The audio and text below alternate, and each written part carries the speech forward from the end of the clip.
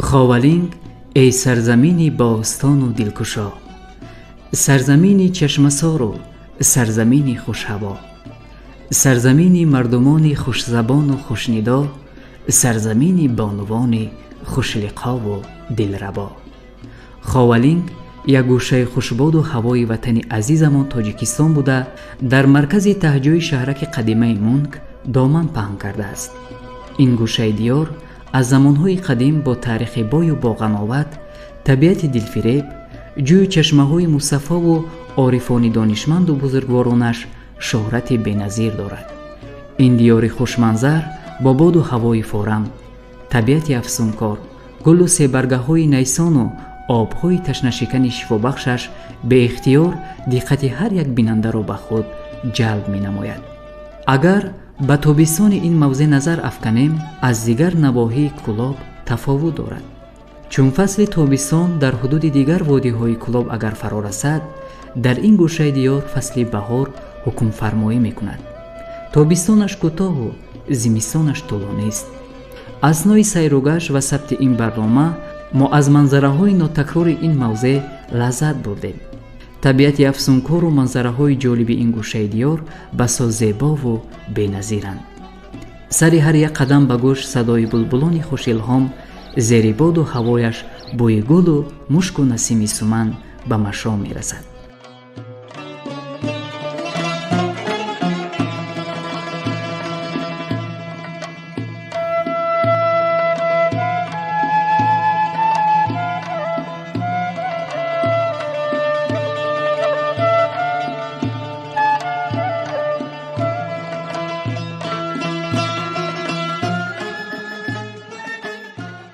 مرکز ناحیه که تهجوی آن شهرک قدیمه مونگ می باشد، با قامت افراختن بیناهای خوش‌طرح و زمانوی، باغ و گلگشت ها امروزها به یک زیبا شهری واقعی تبدیل یافته است.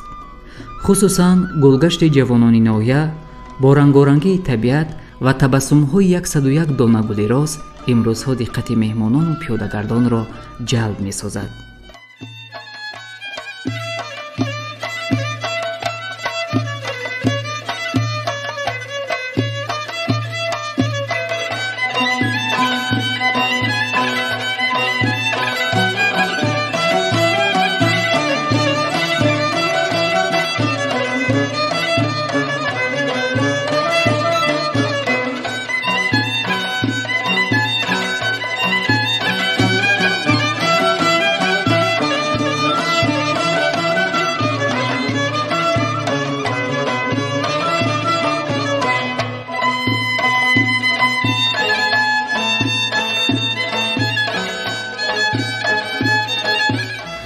خاولینگ یکی از گوشه‌های زیبا طبیعت، بوستانی و پرغناوت کشور عزیزمان تاجیکستان به شمار می رود.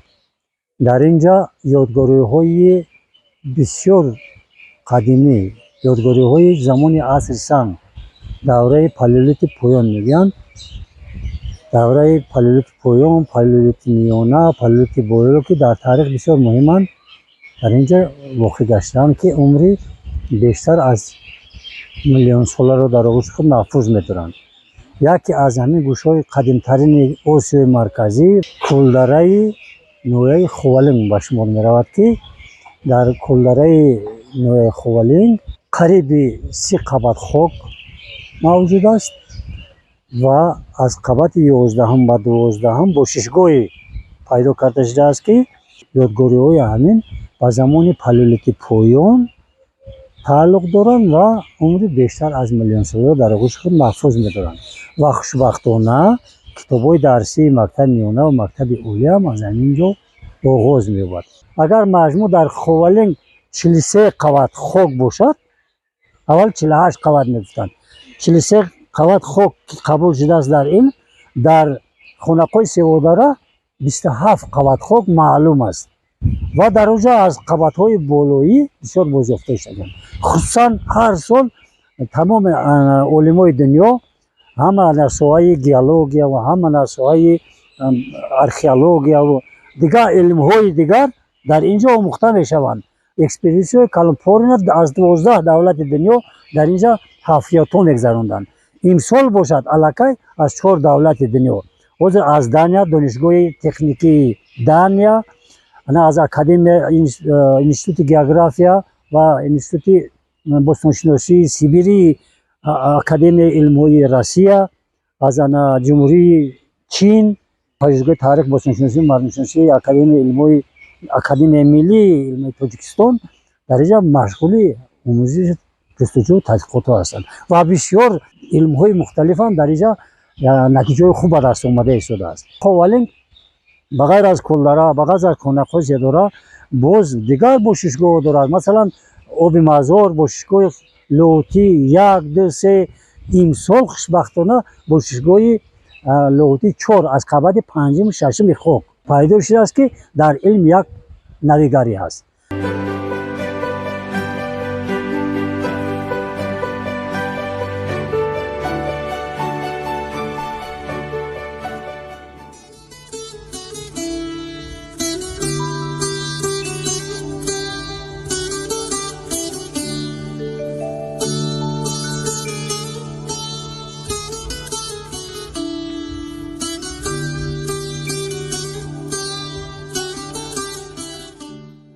موضع چیلچنار در مرکز شهرک خوالینگ جای دوست داشته ترین مردم مقیمی و مهمانان از دور و نزدیک آمده محسوب می یابد. این مکان در مقایسه با دیگر گوشه های ناحیه بسیار دلکشا بوده فخر مردم خوالینگ شماریده می شود.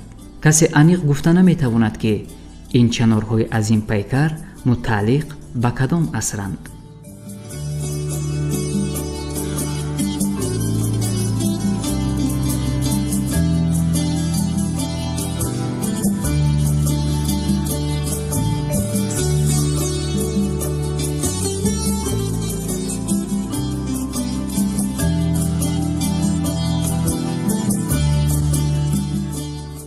چیلچنار و مردم خوالینگ رمز قهرمانی، وطن دوستی، جانیساری برای وطن پنداشته همچون یادگاری تاریخی تا به امروز محفوظ نگاه داشتند. از روی نقل و روایت هایی که مردم اینجا تا به حال به آن باوری و اعتقاد دارند میگویند که از هر یک تن و شاخچه های پهن و پریشان چیلچنار صدای تاریخ گذشته خلق، مبارزه مردم بر ضد اجنبیان به یاد می رسد.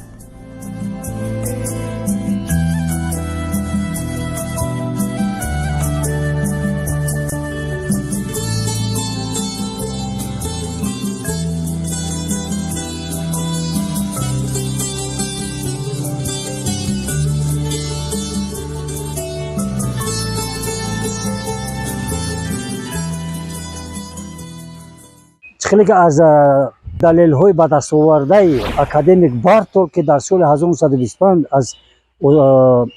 از کتابخانه های اسیا مرکزی به دست آورده بود، در اونجا اشاره کرده شده است که همین چیلچنار، در زمان میزراب در زمینه چنارهای قریب 900 ساله شنونده شدند.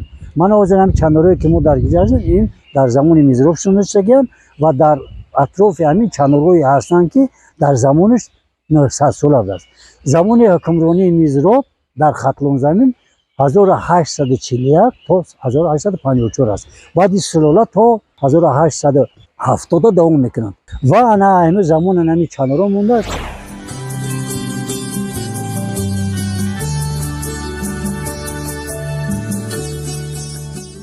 بیشتر ساکنان این موضع чанорҳоро ҳазорсола мепиндоранд. ин гӯшаи меҳан ҳамчун посбону соябон ва шоҳиди муборизаҳои беамони таърих аст ва то ба имрӯз барои мардуми маҳаллӣ ва муқимӣ хизмат карда истодааст.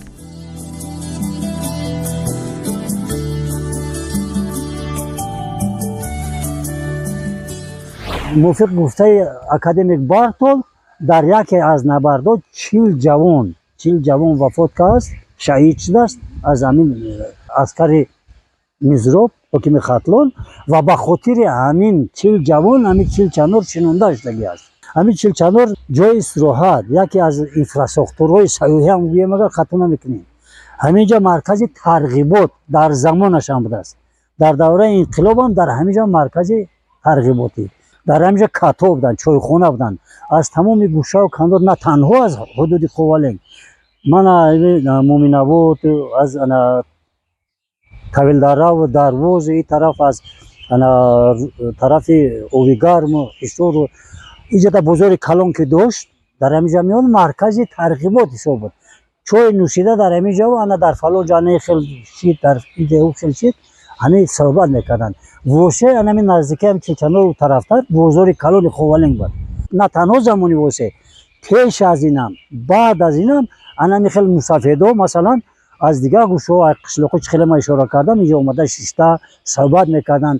ҷои дӯстӣ буд, ҷои ваҳдат буд, ҷои ҷасорат буд, ҷои тарғибу тарбия, худшиносиву худогоҳии миллӣ буд. ҳозирам ҳамин давом дорад.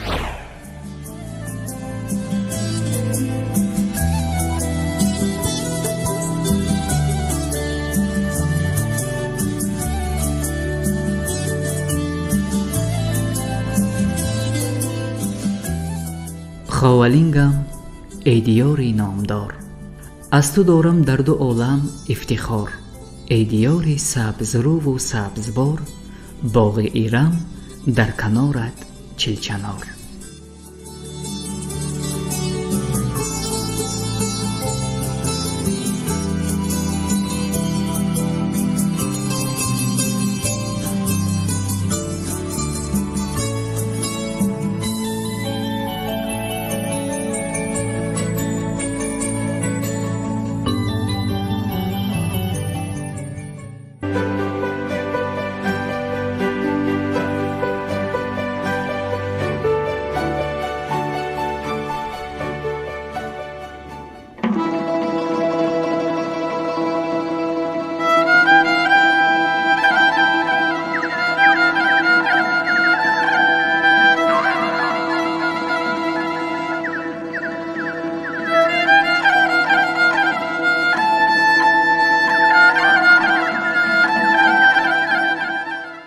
дараи мухтор, дарае ки шоҳиди чандин муборизаҳои беамони таърихӣ ва макони фарзандони бароманду қаҳрамон аст. ғосеи паҳлавон дар ҳамин дара ба дунё омадаасту бар зидди беадолатиҳои замон мубориза бурдааст. мавзеи таърихии табиии дараи мухтор таърихи зиёда аз 400 сола дошта, аз маркази маъмурии ноҳияи Ховалинг дар масофаи 6 километр дар қисмати шимолу ғарбии ноҳия ҷойгир аст. дараи мухтор бо табиати дилфиреб, гулу бутаҳо, ҳавои форам, қалби бинандаро тасхир намуда, фазои маҷозиаш ба ҷисму рӯҳи инсон ҳаловат мебахшад. дар ин мавзеи бениҳоят зебое ки ҳоло мо истодаем, дар ин ҷо гӯем ки хонаҷӯи восеи қаҳрамон буд ва дар ин чанорҳои ки мо мебинем, дар ин ҷо сурфае вуҷуд дошт ки восе меҳмонони худро дар фаслҳои тобистон ва гармо қабул мекарданд ва дар он сурфа меҳмондорӣ мекард. ногуфта намонад ки осорхонаи восе дар баробари нигораҳои қадимӣ доштанаш боз як табиати бениҳоят зебо, тоза ва хушбоду ҳаво дорад ки ин низ ба сайёҳон бисёр писанд меояд ва ҳамаи навъи дарахтон ва бутҳое ки дар осорхона арзи вуҷуд доранд, ҳамаи онҳо пурра табиӣ ҳастанд ва ин боз ба ҳусни ҳамин табиати осорхона зебу зиннати зиёд мебахшад. توجه سیاحان نیز به طبیعت نیز زیادتر است.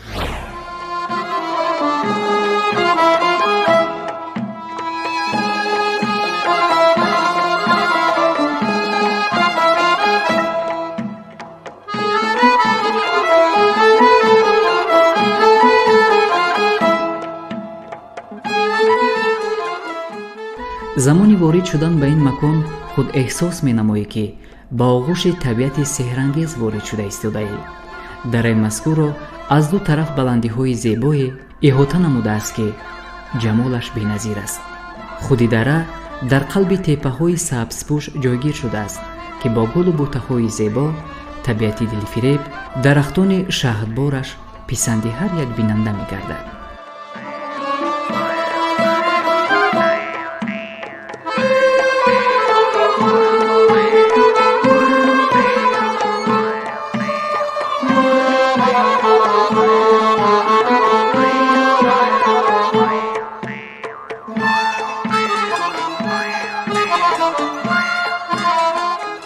در این جایی که حالا ما ایستاده ایم، این راهرو و آن درآمدگاهی که ما میبینیم در آنجا اسب وارد میشد و در اطراف آن همین جوازخانه این رو به اسب وصل میکردند و با واسطه اسب این رو چرخ میزناندند و در وقتی چرخ زناندن به درون آن این کنده جواز میگویند گیم که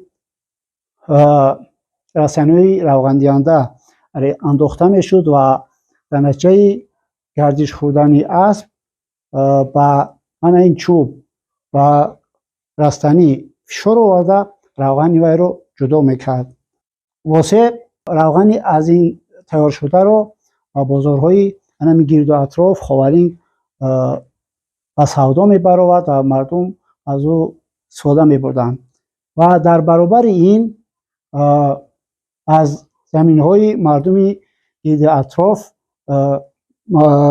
گیم که زراعت‌های روغن دهنده از طرف واسه خریداری میشدن و در اینجا کار کرده و مردم پیشکش کرده میشد و هر یک سیاحی که به این آثارخانه ما قدم رنجه میکند البته از دیدن این جوازخانه دیدن میکنند، چون که این در یک بگیم که ساختی بنهایت قدیمی ساخته شده است و چطوری که ما میبینیم تمامی این اسباب کارکردی روغن پورا از چوب ساخته شده است و اگر ما نظر به جهت‌های بگیم تازگی همین روغن اگر نظر کنیم از جهت اکولوژی بنهایت روغن تازه بود و یعنی که مردم از این روغن‌های تازه و پورگی استفاده می‌بردند. ما در دیدم یک مسافر بود و همون آسم خیلی فرم نگران بود. بعد ما گفتیم چیه؟ او که ایره جواز روغنی زغیر میگیریم، جمع روغن تیار میکنیم. بعد گفتیم هم یکون خدا ممکنه میره. او بعد یا زنه یا تاور در نون جور و اگر تار میکنیم میخید یکو با بخیر کب زنم بخیر لوز میشه که انگه لبوسی بخیر. چخیل با لذت بده؟ با لذتش ای تاور در میخید ای با لذت های لیکن ما انگه خوردگیم نون ترکه خوردگیم با درجه اولیش با مزار. آیودت رفتگی نیست؟ آیودم تو خود اینه من 64 در رفتم همیز لذت همون مونده.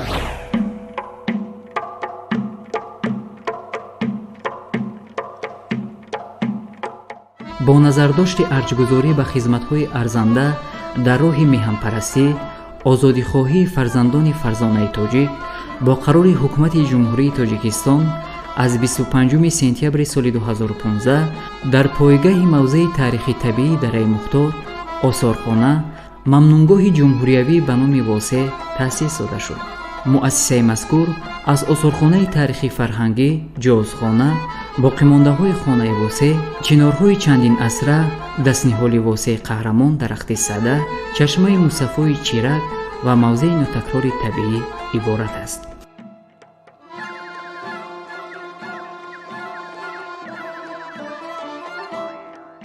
дар ноҳияи ховалинг ба инфраструктури сайёҳӣ аҳамияти ҷиддӣ зоҳир гардида, ин падидаи нек дар ин мавзеъ рӯз то рӯз мавқеи худро устувор мегардонад, зеро табиати зебову нотакрори дараи Мухтор ба қалби ҳазорон нафар ҳаводорони сайру сайёҳат ҷой гирифтааст.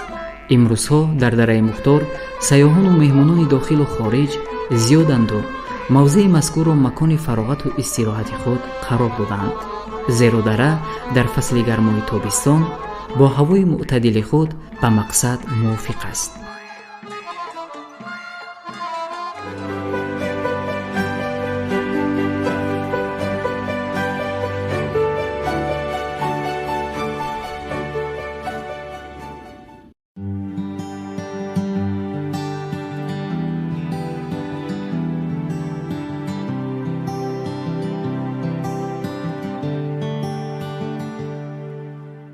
мо гурӯҳи эҷодии сафари худро дар ноҳияи ховалинг ба оромгоҳи Султон Увайси Қаранӣ, ки дар деҳаи мазори Султон 18 километр дуртар аз маркази ноҳия воқеъ гардидааст, идома додем. мазори ҳазрати Султон мавзеи зебоманзар, хушбоду ҳаво, макони боғҳои пурмева ва чашмаҳои ташнашикани табиист. боду ҳаво дар ин мавзеъ аз дигар гӯшаҳои ноҳия ба куллӣ фарқ мекунад. дар ин макон нисбати маркази ноҳия боришот зиёдтар аст. ҳамин ки зимистон ҷомаи симини худро дигар кард, табиат дар ин макон қабои сабзро ба бар мекунад. чӣ хуш накҳати гулугиёҳо дар боғу бӯстони мамнунгоҳи Султон Увайси Қаранӣ.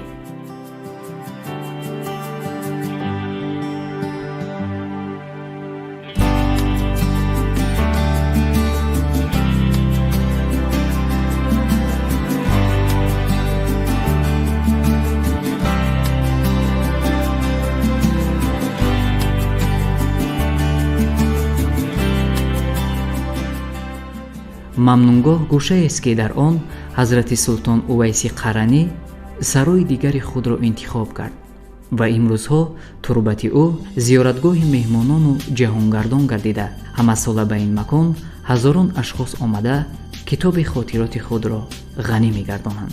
оиди шаҳри ҳоли ин симои барҷаста, олимони таърихшинос ва аҳли қалам дарьё қиссаву ҳикояҳо ба таб расониданд, ки имрӯзҳо дастраси хонандагон аст.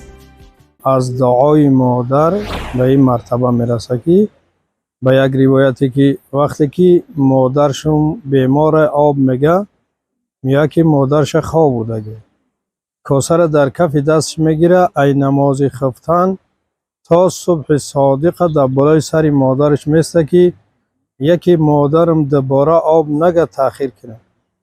вақте ки субҳи содиқ мешавад, модараш байдор мешавад, мебина ки писариш истодагиай, оба менӯшад, рӯ ба худованд мегардона, сидқан дуо мекуна, ки парвардигаро ҳамин писари мара худованд ба султонӣ бирасонад. дуои модараш дар ҳаққиш мустаҷоб мешавад, ин ҳазрат ба султонӣ мерасад. ин ҳама саодата аз хизмати модар дард. пешаи мурданаш васият мекуна, штири пайдо мешавад, тобути мара дар ҳамун штир бор кунен, кӯштен куҷоеда ки хов рафт, ҳамунҷа манзил мекунед. ина Кермони Эрон дам хел мақбара кардагие, Озарбойҷонда, Туркияда, Афғонистонда да ду мавзеъ, Ӯзбекистонда, баъд ахиронаш ҳаминҷа меяд штири ҳазрат ки хов меравад, ҳазрата ба хок месупоранд. вақте ки штир мехезад, 5 та чашма иҷа мебирояд, аз сари штир ду пои пеши, ду пои қафош, боя 15-16 километр як дашти калон штирчарон меган, я мавзеи калон, ба номи ҳамин штири ҳазрат мондагиаст.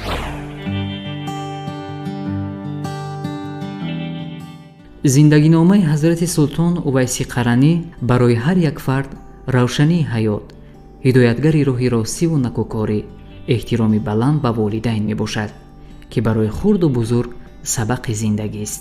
ин макон бо чашмаҳои сарду ошомидании худ маълуму машҳур гардида, бо нӯшидани он ҳар як шахс лаззати табиатро эҳсос мекунад. мамнунгоҳи ҳазрати Султон Увайси Қаранӣ аз соли 2004 аз тарафи ҳукумати ноҳияи Ховалинг дар ҳудуди 30 гектар ҳудуд ҷудо карда шуд. дар ин мавзеъ диққати сайёҳон меҳмонон бисёртар ба همین طبیعت زیبا منظری همینجا با درخت‌های عظیم‌الجثه بعد همین با کوه برآمده سیاحت میکنن.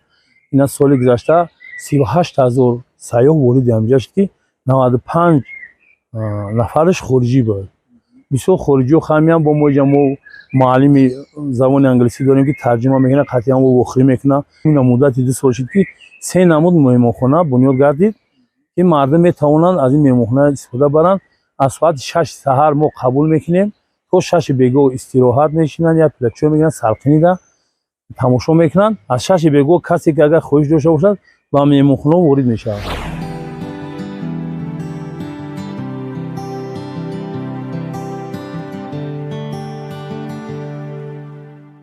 این مکان برای ساکنان دهه مزار سلطان جای تجارت گل و گیاهای شفابخش نیز محسوب می‌یابد. مردم محلی از گرد و اطراف طبیعت این موضع رستنی‌های شفایی را دسترس کرده کارکرد می‌کنند. هزار اسپند، زیره، ریشه کابل و زرچوبه، شیرش کمال، قیام زلال در بازار مزار سلطان یکی از سرخریدارترین گیاهای وطنی میباشند.